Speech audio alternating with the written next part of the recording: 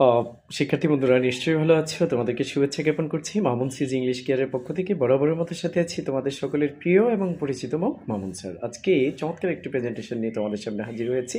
সেটি হচ্ছে tag question. চলো জেনে নেওয়া যাক ট্যাগ কোশ্চেন কাকে বলে এবং ট্যাগ কোশ্চেনের অর্থ। মূলত ট্যাগ অর্থ হচ্ছে জুড়ে দেওয়া, কোশ্চেন অর্থ হচ্ছে প্রশ্ন। সুতরাং প্রশ্ন জুড়ে দেওয়া। আবারও রিপিট করছি, ট্যাগ অর্থ হচ্ছে জুড়ে দেওয়া, কোশ্চেন অর্থ হচ্ছে প্রশ্ন। সুতরাং ট্যাগ কোশ্চেন অর্থ হচ্ছে প্রশ্ন জুড়ে দেওয়া, অর্থাৎ সমর্থন পাওয়ার জন্য যে প্রশ্ন জুড়ে দেওয়া হয় তাকেই ট্যাগ কোশ্চেন বলা হয়। এই ট্যাগ কোশ্চেন তিনটি সেন্টেন্স হয়ে থাকে। একটা হচ্ছে অ্যাসার্টিভ সেন্টেন্স, আর একটি হচ্ছে ইম্পারেটিভ সেন্টেন্স, এবং তৃতীয়টি হচ্ছে এক্সক্লেমেটরি সেন্টেন্স। মাঝে মাঝে এর ব্যতিক্রম হয়, ইন্টারোগেটিভ সেন্টেন্সেও আমরা দেখতে পাই কিছু ট্যাগ কোশ্চেন।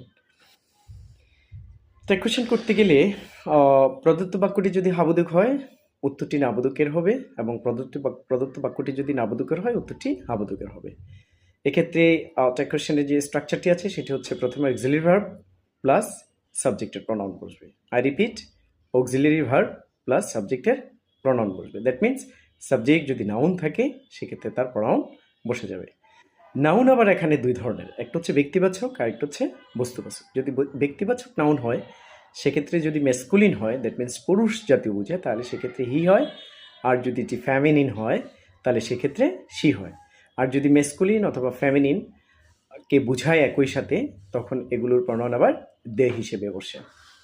আর বস্তু যদি সিঙ্গুলার হয়, দ্যাট মিনস ব্যক্তির বাইরে, যেটা নিউটার জেন্ডার, এগুলো মোটামুটি এর প্রণয়ন হয়ে থাকে ইট।